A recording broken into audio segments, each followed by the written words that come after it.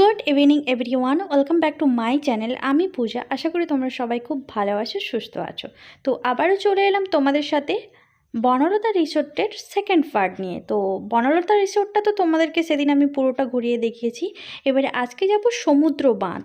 বনলতা রিসোর্টের মাঝখান দিয়ে একটা রাস্তা আছে, জাস্ট ওই দিক দিয়ে গিয়ে প্রায় 2-3 কিলোমিটার যেতে হবে। যাওয়ার পরে সমুদ্র বাঁধ বলে একটা জায়গা পড়ে, ওটাও খুব সুন্দর জায়গা।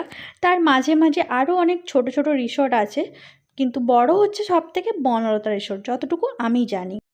এখন আমরা পৌঁছে গেছি বনমঞ্জরি বায়োডাইভার্সিটি পার্কে, যেখানে এন্ট্রি ফিস হচ্ছে 5 টাকা, বোটিং ফিস হচ্ছে 50 টাকা। সময় হচ্ছে সকাল 10টা থেকে বিকেল 5টা পর্যন্ত খোলা থাকে। তো আমরা এখন হেঁটে হেঁটে চলে যাচ্ছি বোটিং করব বলে, আর আমি আমার লাইফের ফার্স্ট এক্সপিরিয়েন্স তোমাদের সাথে শেয়ার করব বোটিংয়ের। একজনে ছবি আঁকে এক মনে আরেকজনে বসে বসে রং মাখে।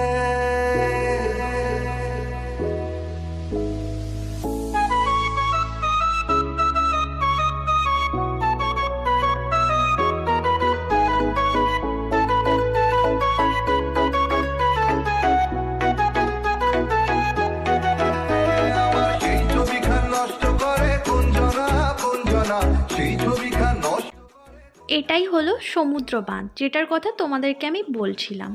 তো দেখো, এখানটা আমরা চলে এসেছি, আর আমি তোমাদেরকে জুম করে একটু দেখাচ্ছি। দেখো ওই মাঝখানটা দেখতে পাচ্ছ, একটা ছোট্ট দ্বীপের মতো। তো এটাকে কি বলে বলতে পারবো না। তো এই বাঁধটার নামই হচ্ছে সমুদ্র বাঁধ, এটা তো সবাই বলে, আমিও তাই বললাম, আর এখানেও সেটাই লেখা আছে।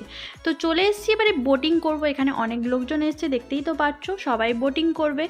আর আমি ফার্স্ট টাইম বোটিং করব, আমার তো খুব ভয় করছে। চলো দেখা যাক কি হয়। তো আমাদের সবার টিকিট করা হয়ে গেছে, এবারে আমরা নেমে যাচ্ছি। আর আমার না বুকটা কেমন একটা ধুকপুক ধুকপুক করছে, তবু একটা সাহস নিয়ে নেমে যাচ্ছি। তার কারণ কি, তোমাদের দাদাভাই সাথে আছে। আমি একা থাকলে জীবনেও নামতাম না, কারণ আমি এর আগে কোনো দিনও যাই না, কারণ আমার প্রচণ্ড ভয় লাগে নৌকোতে, বোটিংয়ে, সব কিছুতে আমার প্রচুর প্রচুর ভয়।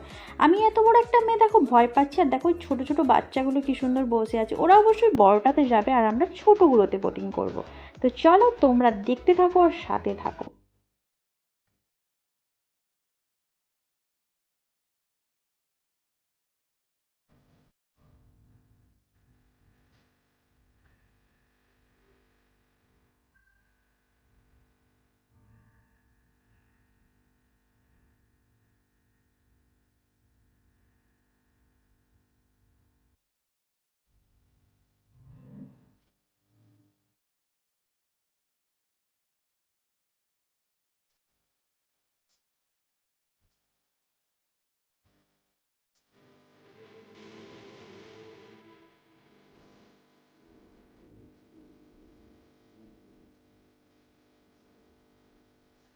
আমাকে দেখে নাও, এরপরে যদি না দেখতে পাও, এখনই দেখে নাও তোমরা আমাকে।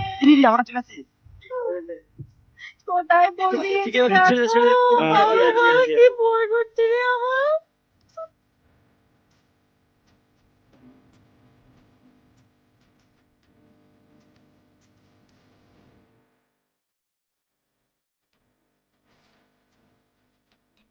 দেখো বন্ধুরা, আমি তোমার দাদার হাতটা ভালো করে ধরে নিয়েছি বাবা, কারণ তোমরাও আমাকে দেখে নাও।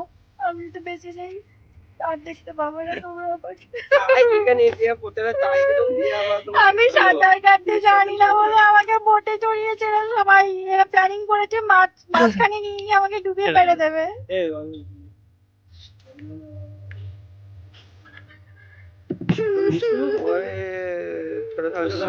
বাট খুব ভালো লাগছে, মজা করছি, সবকিছুই হয়েছে।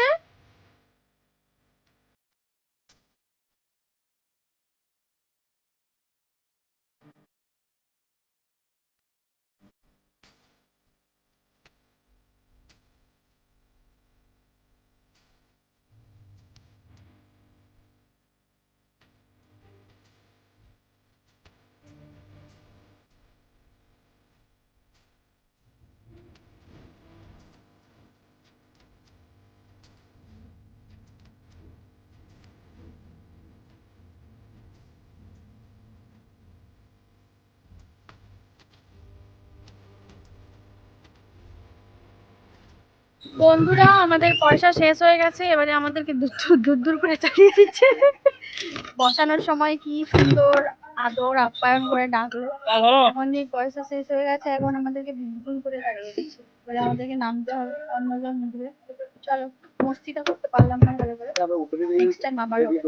তো 50 টাকা করে নেয়, 1 ঘন্টার জন্য বোটিং করতে দেয়। আমরা অলরেডি 1 ঘন্টা কমপ্লিট করে ফেলেছি, এবারে আমাদেরকে উঠে যেতে হবে। খারাপ লাগছিল, আরেকটু সময় যদি থাকতে পারতাম খুব ভালো লাগতো। চলো নেক্সট টাইম আবার হবে, তোমাদের সাথে শেয়ার করব। তো এখন হচ্ছে বাড়ি যাওয়ার পালা।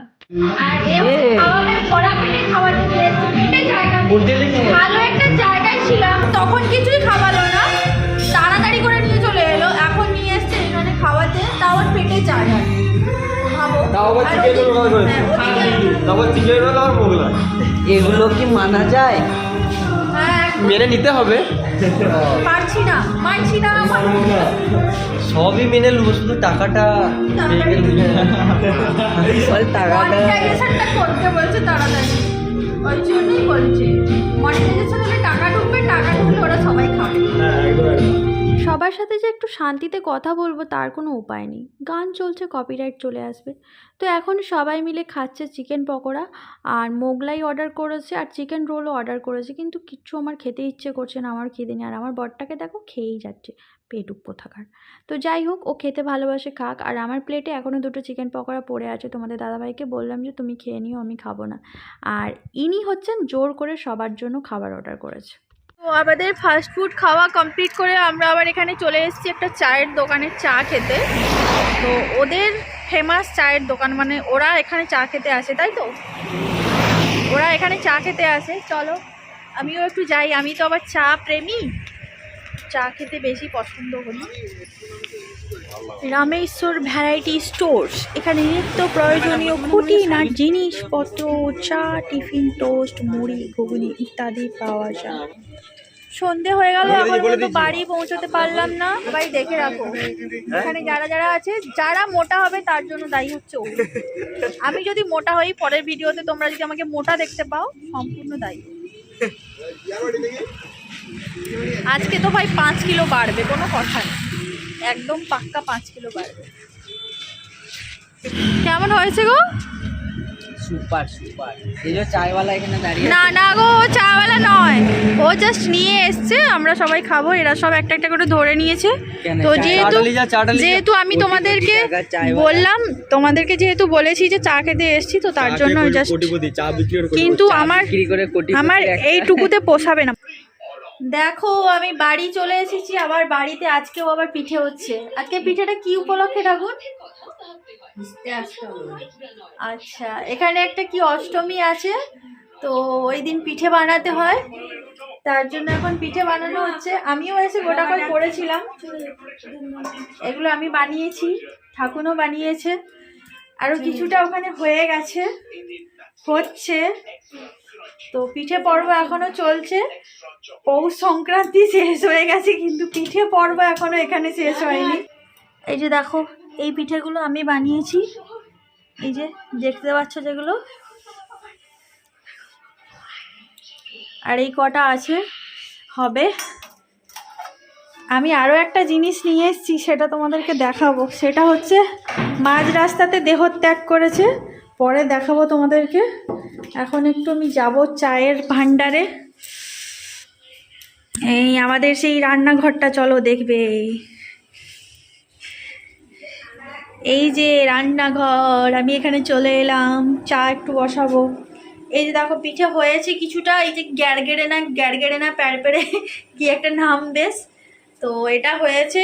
এখানে কিছুটা ওই তেলে ভাজা হয়েছিল, খেয়েও নিয়েছে বাবা। এই হচ্ছে সেই রান্নাঘর। কিছুদিন আগে পর্যন্ত আমি ছিলাম এখানে, ভিডিও হচ্ছিল, আবার চলে গেছিলাম, আবার চলে এসেছি, আবার কালকে সকালে চলে যাব। এখনো এসে আমি চেঞ্জ করিনি, সোজা এসে একদম ঢুকে গেছিলাম টিভির ঘরে, ঢুকে পিঠে করতে বসে গেছিলাম। মায়ের শরীরটা ভালো নেই, জ্বর।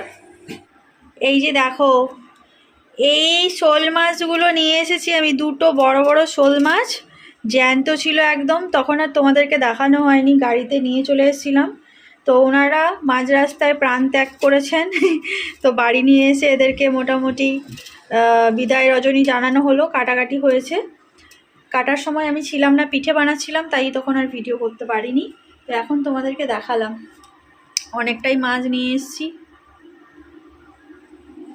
আমার আবার একটু মাছ, জ্যান্ত মাছের প্রতি একটু ইন্টারেস্ট আছে, জ্যান্ত মাছ দেখলেই আমি নিয়ে চলে আসি। তো এদিকে চাটাও হয়ে গেছে, চাটা নামিয়ে নিয়ে ওদেরকে দিয়ে আসবো। চা হয়ে গেছে, এবারে আমি উপরে যাব।